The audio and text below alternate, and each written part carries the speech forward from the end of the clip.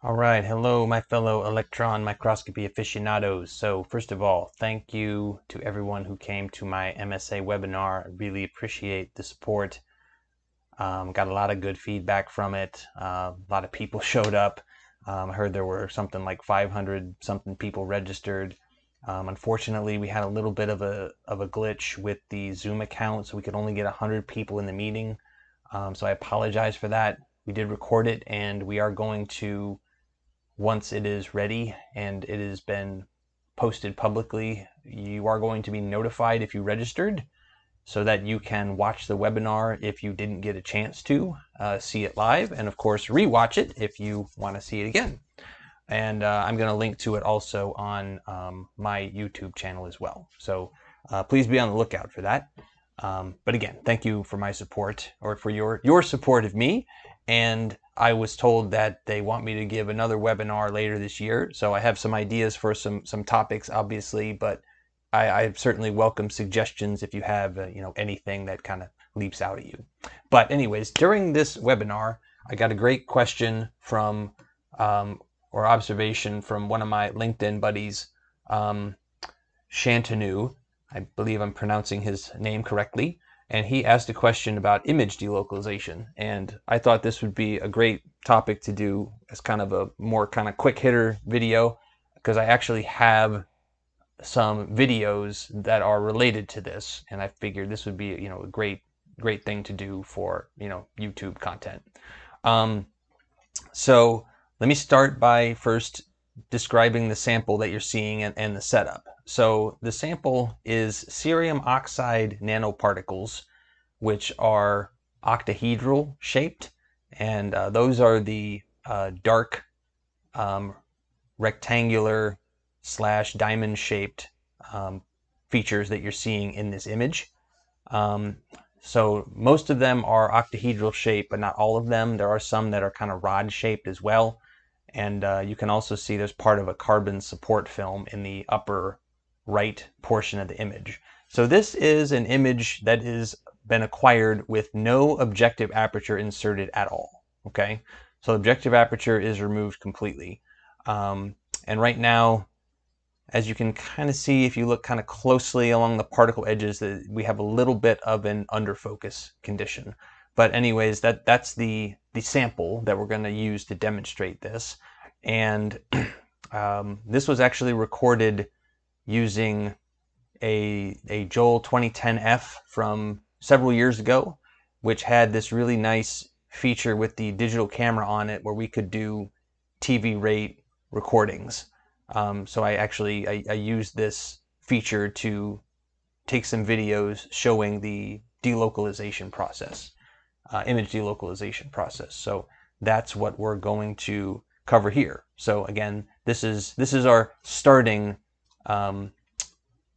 situation, if you will. Okay. So what I'm going to do next here is we're going to see a live video, and what I'm going to be doing is adjusting the objective lens back and forth from over to under focus, and I want you to see what happens as I do that. All right, so now we're seeing a live video.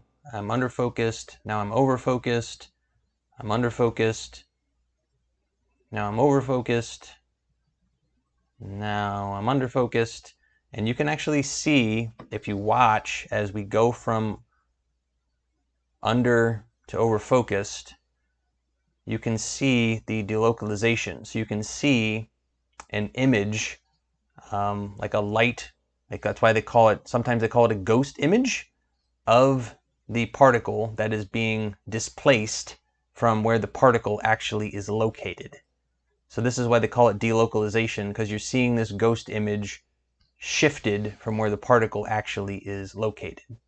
Okay, so hopefully you can see that as it's happening. It's easier to see kind of over the interface with the vacuum, but you can see it really, I think, with the under focus condition more than the over, but you can see it in both cases.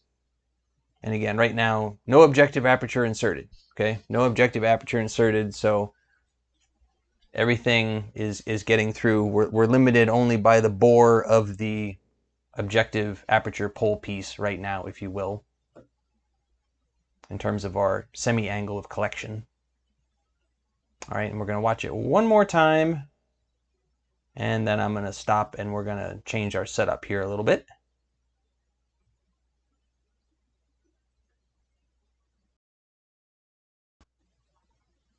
Okay, so what we've done now is one modification, and that's it. Is I have now put in an objective aperture that is very small, so I am only collecting the direct beam.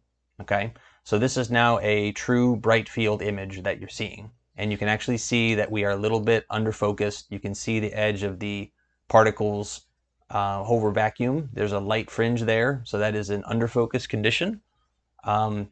And again, this is a bright field image. So now we do not have any Bragg beams that are contributing to the image.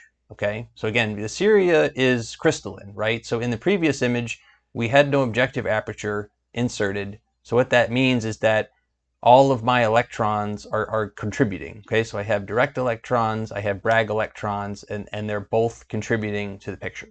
Okay, because my Syria is crystalline. Now, I am only seeing the contribution from the direct electrons contributing because I have put in a very small objective aperture and I'm only selecting the direct beam. Okay, so we're going to watch what happens with my image now as I do the same thing I just did previously, where I wobble the focus back and forth from over to under. But let's watch and see how our image looks now compared to before, where there was no objective aperture. Okay, so here we go. So under focus, over focus, under focus, over focus. Okay, so hopefully this is pretty obvious, but the ghost images are all gone.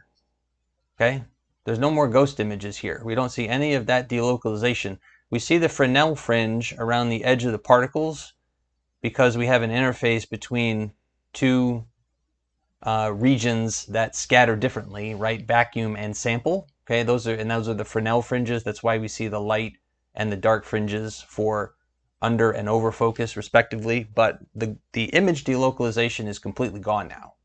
Okay, and again, right? No more Bragg contribution to the image. This is direct only. Okay, very small objective aperture. Okay, so let's think about now why this is occurring. Okay, because again, what we've done now is we've removed any Bragg contribution to this image. Okay, so a key, or I shouldn't say, so something to consider is that this is probably in some way related to Bragg scattering. Okay, why we're seeing this delocalization.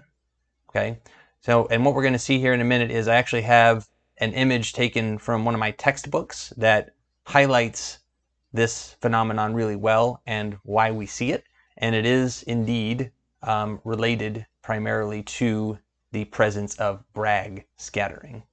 So we're going to take a look at that here in a second.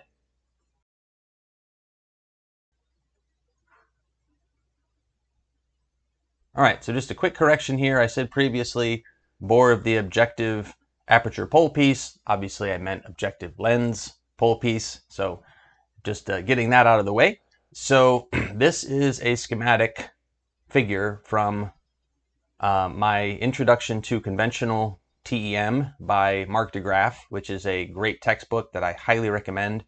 But this is a schematic which is showing why image delocalization occurs. Okay, so our Syria nanoparticles are, of course, crystalline. I don't know if I stated that previously, but just to preclude ambiguity, they are crystalline. Okay, so when the beam interacts with the Syria, we're going to get Bragg scattering. Okay, so when the wave exits the sample, or the beam exits the sample, it's going to consist of direct and Bragg scattered components. Okay, so if we look at the diagram on the left here, what we're seeing as the beam exits the sample from the area that's being illuminated, so we're seeing basically three components. We're seeing a direct component and we're seeing two components that are Bragg scattered. Okay, so we see one set of rays that's going off to the left and then one that's going off to the right. The one at the right is obviously going out at a higher scattering angle than the rays to the left. Okay, so, and those can be considered as Bragg scattered components. Okay, And the way our lens works, of course, is that it focuses the rays traveling at the same angle to the same point in the back focal plane of the lens. Okay, so we're seeing, right, that if we looked at the DP, we would see those sharp focus spots, right, corresponding to direct and the Bragg components. Okay, in this case, we would see 3 spots. Okay, so if we have our objective lens focused, what's going to happen is all of those rays, right, the direct and the 2 Bragg components, or all of those components, are going to be focused to the same, I should say, they're going to be focused where we want them to be, which is our screen. Okay, so it's going to be in focus. Okay, and if it's in focused, then we're not going to see any delocalization. But let's look at what happened. And now, strictly speaking, even if we have the objective lens focused, so our image is being formed on the screen, it's still never going to be perfect. We're never going to completely remove the delocalization in this case, and that is because of spherical aberration. Okay, so I'm going to show a diagram of this later, but so even in this case, we would still see some delocalization even with the lens in focus because of that. But for now, let's just ignore that. So if we look at the diagram on the right, we have an objective lens that is now over-focused. Okay, so what that means is my back focal plane has moved closer to the lens, and my image plane is now higher up the up the column now, or up the optic axis now. Okay, so my image is no longer going to be in focus. Okay, because I'm not putting the image plane on the screen.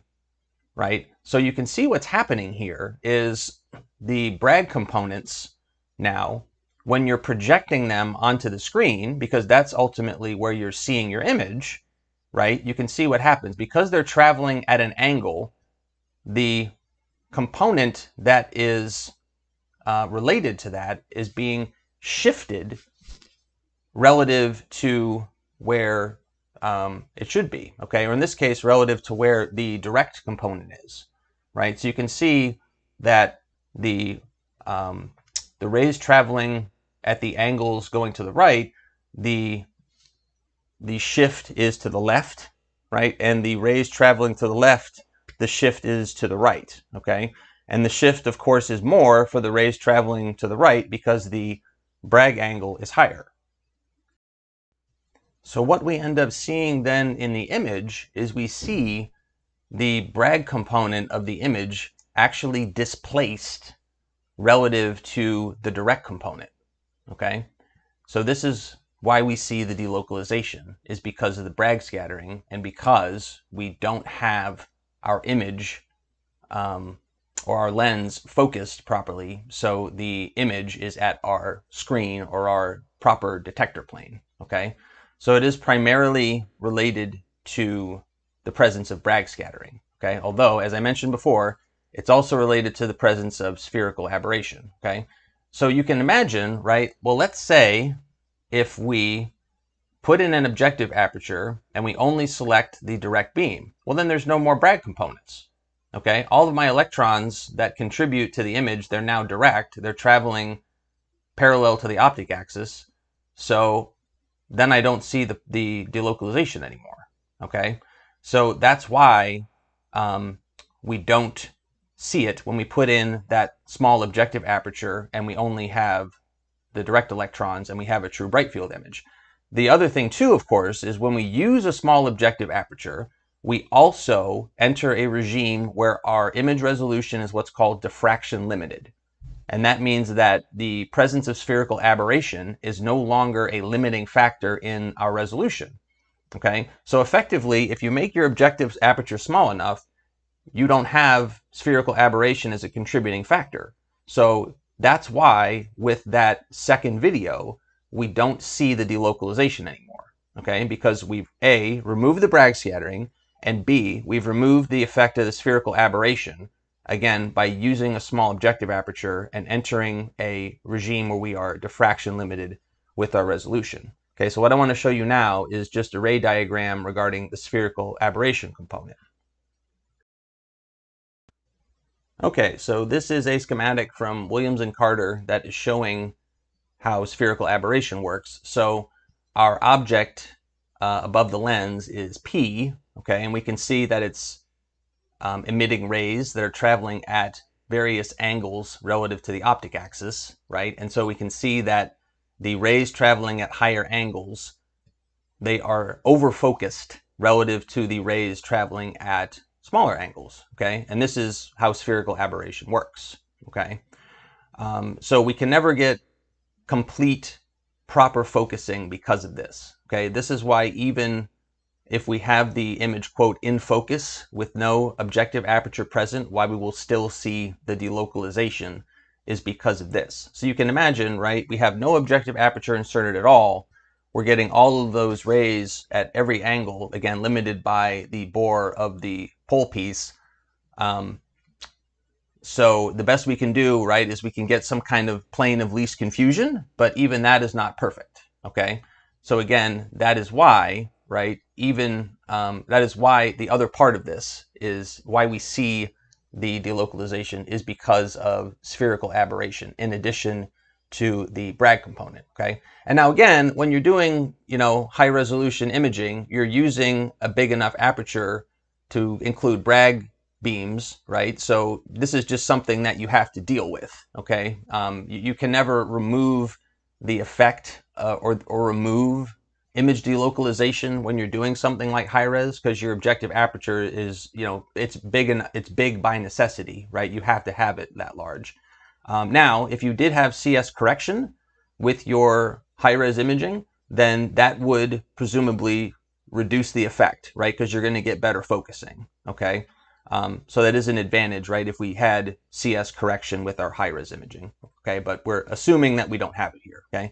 So this is the other component as to why we see the delocalization, okay? Again, component 1 is Bragg scattering. Component 2 is the presence of spherical aberration.